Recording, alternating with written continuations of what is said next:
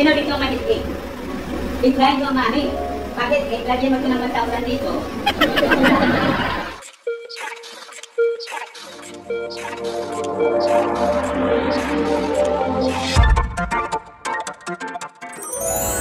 A life-changing encounter. Yung babae na may bleeding for 12 years. May mga misconception, akala nila ang bleeding na parang gasing na parang lumabas ang lahat. Sa mga babae, ang menstruation, hindi na every hour na gas out. Hindi yan. Kung gano'n nag-overflow ang dugo, hindi siya aabot ng 12 years. Bakit siya nagkasakit ng ganito? Hindi natin alam. Marahil ay dahil sa trauma, hormonal imbalance o ovarian or cervical cancer. Sa atin, magsakit ang ngipin natin isang araw lang. Wala na tayo sa mood, di ba? How much more for 12 years? Pagkaman, hindi natin alam ang specific na dahilan ng kanyang sakit. Maraming pangkaraniwang epekto na ang matagalang sakit ng chronic illness. Magsabi ka ni acute, yun ang short time lang. For example, sakit sa appendix, acute yun. Ang chronic, mga lungas rin ng mga sakit. Diabetes, TB, high blood.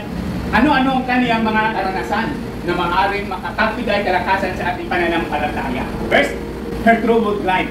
Mahirap mamuhay na may sakit ka. Una, her family could not help her. Pangalawa, ang doctors niya, they could not help her. And her money could not help her. So nangilan mo siya, helpless. May joke tayo ang money, magahil, di ba? Kung hit-cake lang. Sino dito ang ma-hit-cake? I-try mo money. Pag hit-cake, lagyan mo ito ng 1,000 dito. Kung cancer, hindi na pwede. No? Her money could not help her. So, naging helpless siya. Hindi lang helplessness ang makita sa kanya, hopelessness. Instead of getting better na, ano sabi ng Biblia? She grew worse. Naglala pang sakit niya. Then, wala na siyang pera. She had spent all she had. She had nowhere to go. Sa mosaic law nila, ang isang babae na nagdurugo, hindi pwede mag-associate sa ibang tao. So, mayroon ng isolation. Siya na lang isa. Yun ang situation niya. Hopeless and helpless at the same time. Pangalawa, tenacious faith. 27. Nang pagkakinig niya ng mga bagay tungkol kay Jesus, ay lumapit siya sa karamihan sa likuran niya at tiniko niya ang kaniyang damit sapagkat sinabi niya kung mahigop man lamang ang kaniyang damit ay gagaling. Never giving up in achieving a goal, even in the face of insurmountable odds. Matiyaga. Yun ang tenacious. Matiyaga sa kaniyang pananampalataya sa Diyos. She wanted to be helped. Take what she wanted. Gusto niya, mahirap siya. Hindi nga, pinangarap lang niya nga mahirap siya. The odds he faced. Ang crowd. If you notice in English, ang crowd, according sa NIV, the great crowd or large crowd. Magsabi ka ganit crowd, marami o hindi? Marami. Marami. Pag great crowd, Mas marami. mas marami. Yung crowd na yan, yung mga hindrance niya, hindi siya makapunta kay Jesus. Her physical condition, I believe, very frail siya. Payat na siya. And can you imagine ang payat na tao, kung siya sa crowd, ano mangyari sa kanya? Mahirap, di ba? Tradition pa. Sa Hudiyo, ang babae second class. Diyan ka lang kaming mga lalaki ang first, no? We, men first. Hindi mga women first.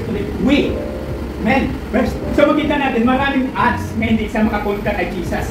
But because she wanted, not wish, na pangarap ka niya, she decided, not only decide, hindi lang siya nag-arap niya maalis. Sa kundi, anong sabi? Nag-decide siya. When we say decide, nag-take siya sa action. Kung gusto ka nga mag-praise ka sa Panginoon, it is not enough. It must be coupled with action. Amen? Kapag kasi Ginoo, take ka man sa medication. Yung sa kanya, she decided in spite of difficulties, some crowd and isang mga challenges, no? Take notes and rest. Yung prayer ka na, then ang mga tao, unruly na yun, di ba? Because gusto nila makauna sa Jesus. Then prejudice. Ang mga tao mo nandiyan, prejudice sa kanya. Ikaw mga dito, hindi ka natin pwede. Padaplin ka, kaya naglalipid ka. Kasi may dugo-dugo na, hindi ka na pwede magkalapit para layo sa amin. Then nagkagahig, first comments. Lahat na yan, na-overcome sa babae because lalapit siya kay Jesus no matter what happens. Sa ating buhay mga kapatid, ginatry natin na pananampalataya. Instead na ma-discourage siya, nagawa siyang decision na lumapit kay Jesus. In spite of difficulties. I believe may mga tayo na matumba siya sa pekto na tumbak siya, di ba? But still, hindi siya nag-give up. Hindi siya nagawa ng nalipay. In spite of difficulties, nag-persist siya papunta kay Jesus. So because of that, nag-triumph. Yung suffering na sinasabi dyan, Pasko. Sa ating Pasko wala lang ng beach. Suffering Pasko. Meaning sufferings that involves physical, mental, emotional, state na. Pag masakit ang ngipin mo ng napikado, di lang physical, even emotional, di ba? Pag tinanong ka, can you remember that? Yun ang nangyari sa babae. At pagka ay nampat ang kaniyang agas at kaniyang naramdaman sa kaniyang katawan na magaling na siya sa salot. Sa English, immediately, nag-stop ang iyang suffering. Can you imagine 12 years na suffer ka, then suddenly, when you touch the garment of God, it stops. Sa King James na version, I like some word, full. Ikalawa, gi-acknowledge ng Panginoon ang kaniyang pananampalataya. Your faith has made you full. It is a reminder for us that we acknowledge faith. Anong sabi niya, daughter? Your faith has made you full. Sa verse 34, sabi ni Jesus sa kanya, go in peace. Anong nawala sa iya sa nagkasakit siya? Peace. Anong nawala sa kanya sa hindi na siya naayo sa iyang sakit? Peace. Anong nawala sa iya sa wala na siyang pera? Peace. Dito sabi sa tagpo ng Panginoon, go in peace. For 12 years, wala siyang peace. Troubled ang mind, ang heart niya, frustrated siya, lahat ng mga discouragement sa kanya, lahat ng mga disappointment sa kanya. But this time, the Lord himself, go in peace. If you want peace, saan kayo pupunta? Sa kanya.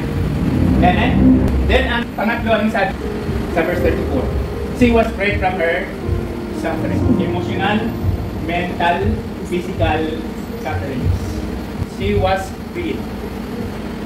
Ang kanyang mga karanasan, makapagbigay kalakasan sa ating pananampalataya ay una, ang kanyang masalimuot na buhay, pagiging walang pag-asa at walang mabalingan ay hindi hadlang sa paglapit sa Panginoong Jesus. Sa atin, ang mga sakit natin, ginagawa natin hadlang. Hindi ako makasimba basta may sakit akong ngipin.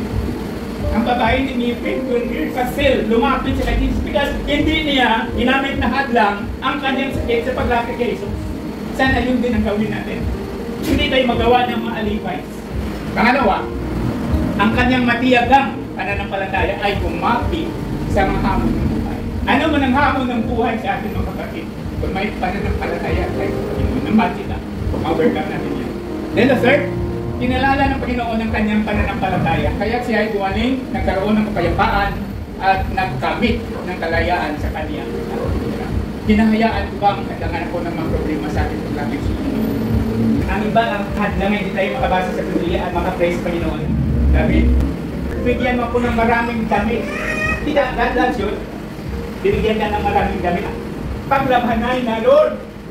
Hindi siya kumapuri, marami kong galakan. Pangalawa, naniwala ba akong mapagtatagumpayan ko ang lahat sa tulong ng Panginoon? Thank you for the story of the anonymous woman that in spite of her 12 years of sufferings, of hopelessness, of helplessness, she decided to come to Jesus. Isang malaking hamon sa amin. We believe 100% na matatagumpayan namin ang lahat ng mga problema, mga suffering with your help.